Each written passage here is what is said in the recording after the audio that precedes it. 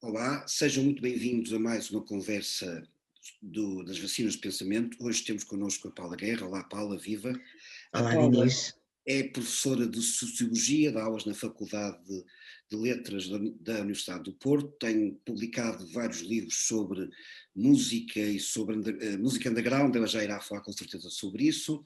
Para além do mais, é também responsável, coordenadora principal de um ciclo de conferências intitulado Kismith, Keep It Simple, Make It Fast. Yes. Eh, Uhum. não, Kismith é Make It Fast, ok? E é um prazer imenso tê-la aqui. Paula, vamos então dar início à nossa conversa e eu vou-lhe fazer Obrigada, um Inês. bocadinho É diferente. também uma alegria muito aqui, um prazer muito grande. Obrigado. Desta vez vou começar a nossa conversa de maneira um bocadinho diferente. Paula, a música é uma vacina do pensamento? É uma vacina e um tratamento. Ela é tudo, é tudo, é tudo, não é? Mas eu acho que de facto é uma vacina, pode funcionar como vacina em muitas fases da nossa vida. Eh, Pelo menos para mim foi uma vacina muito grande, Ia-lhe não é? perguntar isso, se tinha sido uma vacina para si. Foi, foi. Foi uma vacina na minha adolescência, quando eu entrei a fundo nela, num determinado tipo de música, não é? Nomeadamente muito naquela onda do pós-rock, do pós-punk, Uhum. mais do pós-punk, não é?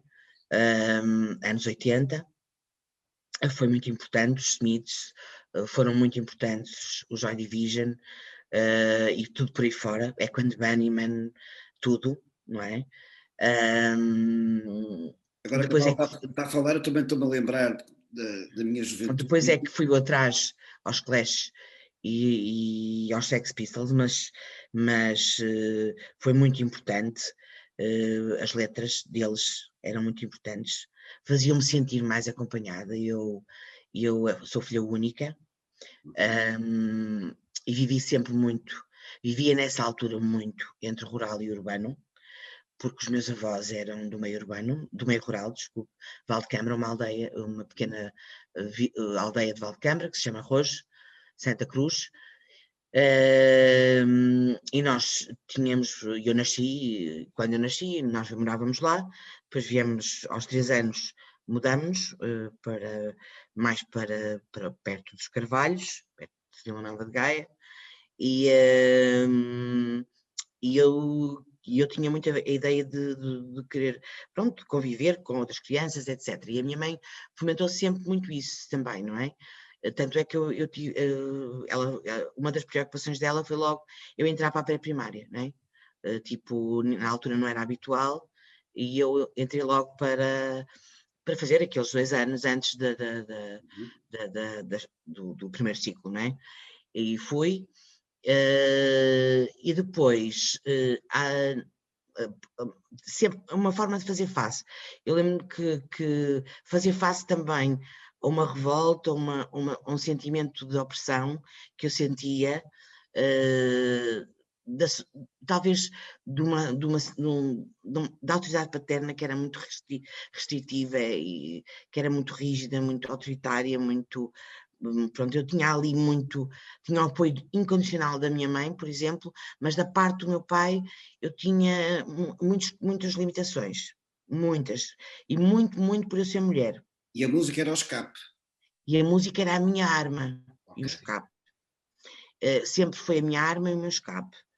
E quando eu tive filosofia, pronto, isso começou, também acompanhei com leituras, não é, de literatura. Já lhe ia fazer essa pergunta. Era a pergunta, ok. Cruzei no verão, eu no verão, entre o 9º ano e o 10º ano, comecei a avançar.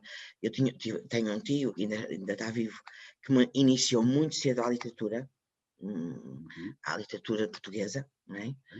Essa de Queiroz, etc, aos clássicos todos, não é? Essa também foi muito importante para mim. E foi super importante para mim esse verão em que eu li A Cidade e as Serras, etc. E ao mesmo tempo eu descobri Joy Division, etc. Foi ali uma mistura total. Conheci pessoas lá na aldeia, muito relevantes, que também estavam cá no Porto. portanto, faziam a ponte como eu, eram como eu. Eu pela primeira vez conheci pessoas iguais, que eu achava que eram iguais a mim, e a música era o nosso ponto. E tinha os mesmos interesses, pois. Pronto. E a música era o nosso ponto de contacto. E então daí houve um desenvolvimento, e eu sentia-me completamente, depois no 10º ano, 11º ano, 12º, sobretudo no 11º ano, eu sentia-me muito, muito sozinha nas minhas amigas, porque nenhuma delas gostava do que eu gostava de vestir-me toda de preto, eu gostava, não é? Pronto. E daí hoje o Kismif, daí hoje todo esse interesse. Mas depois ainda há muitas voltas para chegar lá. Já lá Pronto. vamos, ok, ok. Exato, mas depois então Desculpe, eu é que eu acho isso. estou a entrar na Não, conversa. mas acho isso que Eu achava acho interessante. isso. E então a música era um bocado, eu mesmo quando tinha os livros de filosofia, pesados de músicas dos Smiths e não sei o quê, eu fazia aquelas pontes todas. Eu lembro-me de falar com uma professora de português em que eu cruzava o Fernando Pessoa com coisas relacionadas com este tipo de músicas. E ela achava muito interessante, e era uma cena muito clássica, etc. Mas percebeu perfeitamente o que eu estava a dizer. E dava muito palco, ela dava muito palco. Portanto, eu tinha na música uma forma de destaque, e nessa associação entre a música e a literatura, uma forma de destaque que eu não tinha antes, não é? E pronto, e nunca me senti, digamos que, minorizada na escola, etc, etc, por esses meus gostos, por essa minha forma de vestir, etc, etc. Foi uma forma de afirmação e uma forma de luta. E foi também uma determinante na escolha do curso que eu escolhi, do curso superior que eu escolhi. Foi Sociologia. Sim, foi determinante, porque estava tudo preparado para eu ser advogada, para eu tirar o curso de Direito, não é? O meu pai queria muito que eu fosse advogada, não é? Até que eu lhe disse no Lúcio Carolina Michaelis que não queria. E só pus a opção Sociologia Porto.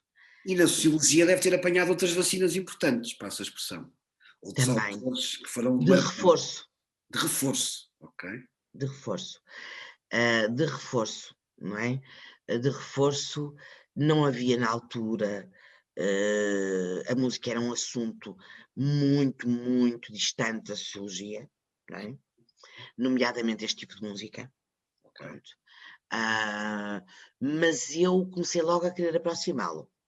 E fiz um trabalho no 2º ano da faculdade, deram-me essa liberdade sobre os espaços que na altura no Porto estavam, que no fundo tinham programação, tipo Lá Lá Lá, o Aniki Bobó, etc. Eu também frequentava Batô. Também. O Batô foi muito importante para mim. Muito, muito, muito. Isso aí até... Aprendi muito no Batô, muito. Exatamente. E aprendi muito com o António Sérgio também, ouvia as músicas. Pronto, se não fosse o António Sérgio não havia trabalho. Não havia a Paula de hoje, não é? Pronto, e eu cheguei a entrevistá-lo e disse-lhe isto. Eu sei para o seu trabalho, eu sei. Doutoramento. Eu entrevistei-o 2 anos antes de ele falecer. Porque ele foi determinante para tudo isto, porque eu ouvia-o. Ele é que me fazia chegar estas coisas todas no rádio, não é? Eu, através daquela voz, eu chegava a Lisboa, chegava a Londres, etc., e sentia-me como os outros, não é? Sentia-me a par de tudo o que acontecia. Em termos de moda, em termos de música, eu estava a par de todas essas dinâmicas, sempre. E fui sempre muito sensitiva a essas questões, cruzando, por exemplo, a questão estética, a moda, tudo isso, não é? E portanto eu achava muito importante, eu nunca achei a moda uma frivolidade, como as pessoas da minha geração achavam, não é? Porque nós vivemos, assim, quem viveu a sua... também quer entrar na história, portanto, Pronto, não é? E portanto, ai que lindo. São os imponderáveis, pronto. Mas é bom. Esses são bons imponderáveis. Ela gosta também de ter o seu protagonismo, não é, Emma? Desculpe. É bom. Estou a ouvi-la com muita atenção, diga. E pronto, eu acho... não achava a moda frívola, sim. E eu nunca achei. Sim. Eu nunca achei. Eu lembro-me tão bem quando a primeira vez que eu fui ao Bairro Alto e ao Frágil, foi para mim um acontecimento. em que eu tinha-me preparado com uma roupa específica para ir à noite ao Frágil. Era a Margarida era a porteira. No meu, era a Margarida. Era. E antes era a Ana Mar. Lembro da Margarida. E pronto, e o Frágil era aquele epicentro, não é? Eu lia a Blitz, não é? Lia o Blitz, que era jornal, ouvi o António Sérgio contar aquelas coisas do Rock Rendezvous e não sei o quê, e então aquilo era um autêntico, eu lembro-me que foi um evento para mim, eu levava roupa preparada para tudo. Pronto, eu ia toda, pronto, e eu tinha um cuidado, pronto, eu tinha uma lógica de me vestir de determinada forma, etc, etc. Tinha uma estética especial, específica, própria, um estilo próprio, não é? Que também que eu acho que veio da música, por isso é que eu acho que com vários reforços, não é? E agora continua a tomá-los sempre, regularmente, através, sobretudo, dessas conferências que faz a Sempre, sempre. Isso depois esteve apagado okay. Até 2005. Depois eu casei, tive um filho, tenho um filho de 23 anos. 23. E depois, pronto, eu comecei a dar aulas muito cedo, aos 22 anos, lá na faculdade, e dediquei-me muito à questão da sociologia urbana, da pobreza, da exclusão, e parece que aquilo estava ali um bocado adormecido. Até que tive que fazer o doutoramento. E na altura do doutoramento, já depois de muitas coisas a ter acontecido na minha vida pessoal e profissional, eu achei, em conjunto com o meu orientador, que eu devia fazer o doutoramento numa coisa que eu gostasse, que eu tivesse uma paixão, claro. Não é? Então eu pensei, por que não voltar a ela? Claro. Então foi o reforço final, foi o reforço total. Não foi final, foi total. O final foi quando eu acabei a tese. E então foi um reforço muito grande. Eu fiz a tese, uma aventura muito grande, maravilhosa. Entrevistou uma série de artistas. Muitos, 200 pessoas. Fiz milhares de inquéritos. Fiz 11 histórias de vida. Enfim, um sem número de coisas. Pronto. Na altura tinha um amigo e colega que chegou comigo a alguns eventos para fazermos a observação, e ele dizia-me que eu ainda ia ter saudades, porque na altura era muito duro, e fazer enquetes de noite e não sei o quê. E ele dizia-me, ainda vais ter saudades. E eu dizia, não vou, vou. Eu conheci pessoas maravilhosas. As saudades agora estão no Kismif. As saudades vêm-se reatualizando sistematicamente, porque eu conheci pessoas maravilhosas, a começar pelo Zé Pedro.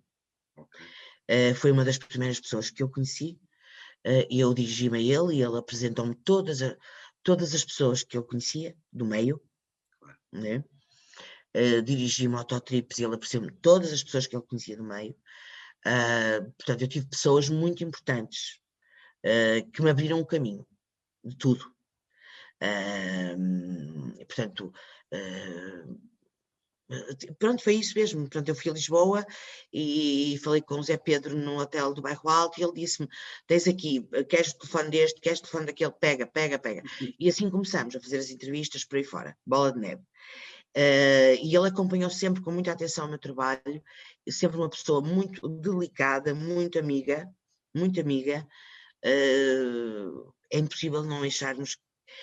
Quando ele faleceu, eu fiquei muito triste, muito triste. Foi um ano antes da minha mãe e não sei, eu falei com a minha mãe sobre isso. Eu pensei, mãe, eu estava a dar-me a ela quando soube e eu comecei a chorar.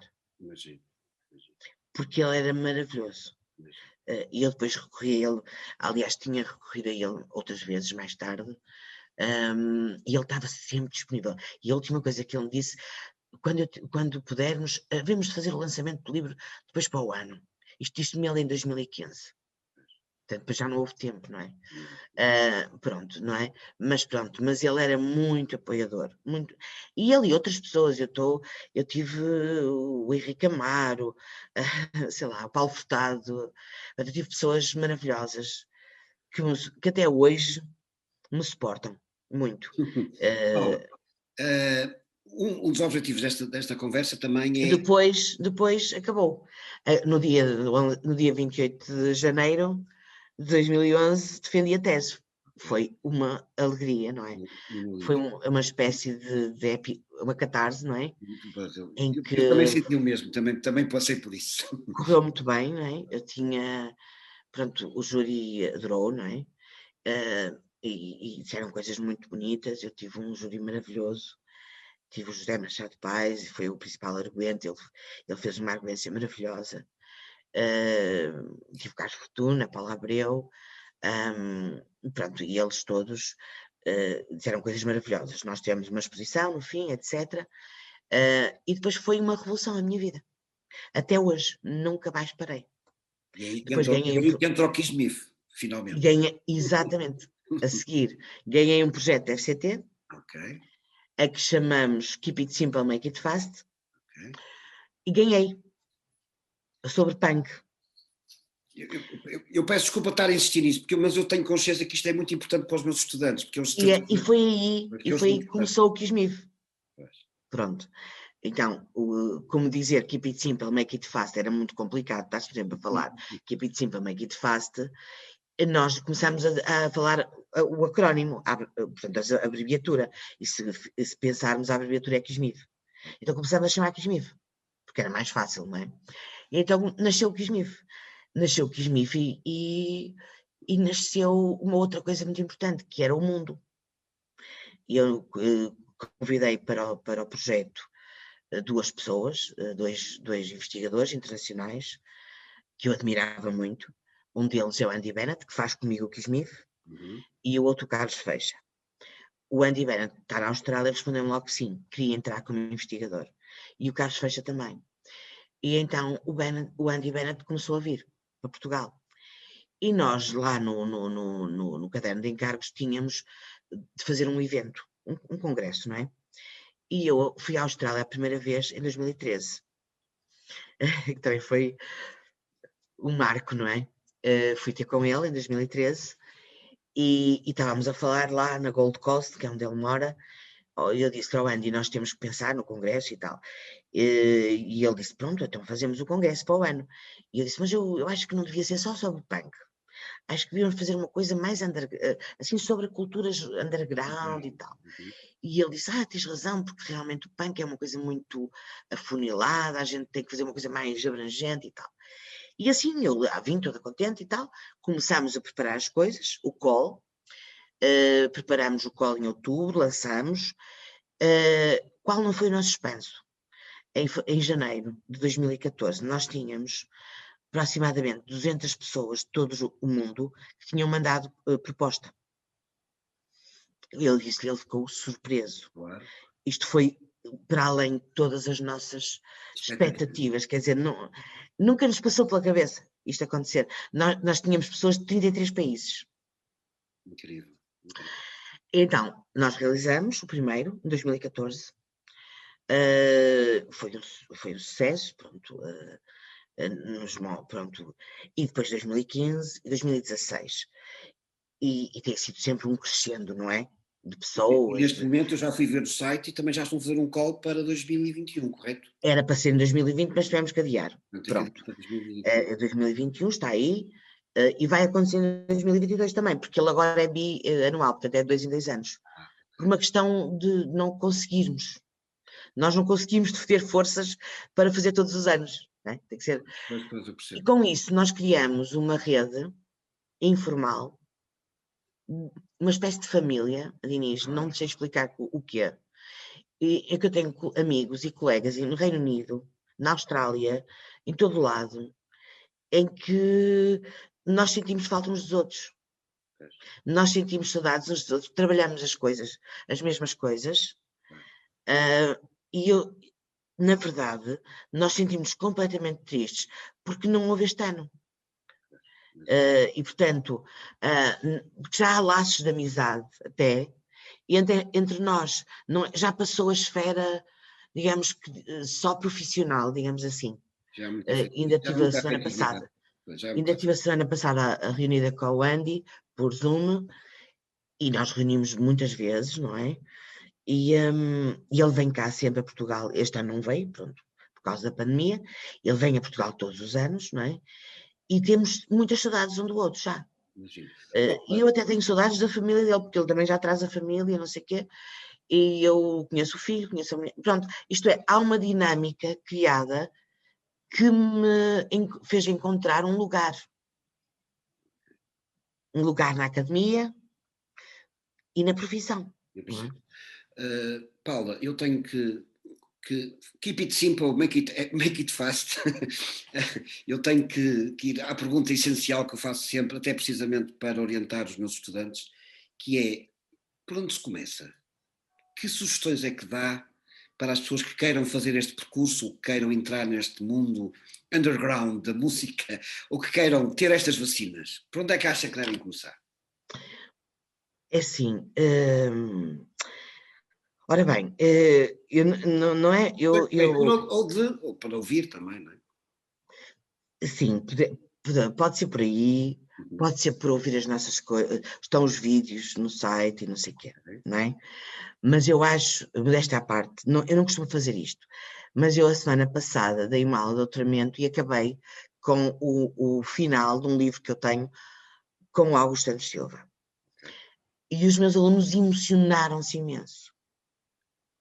E eu então eu acho que a melhor maneira de começarmos com isto tudo é por lermos as palavras do punk, da autoria do Augusto Santos Silva e minha,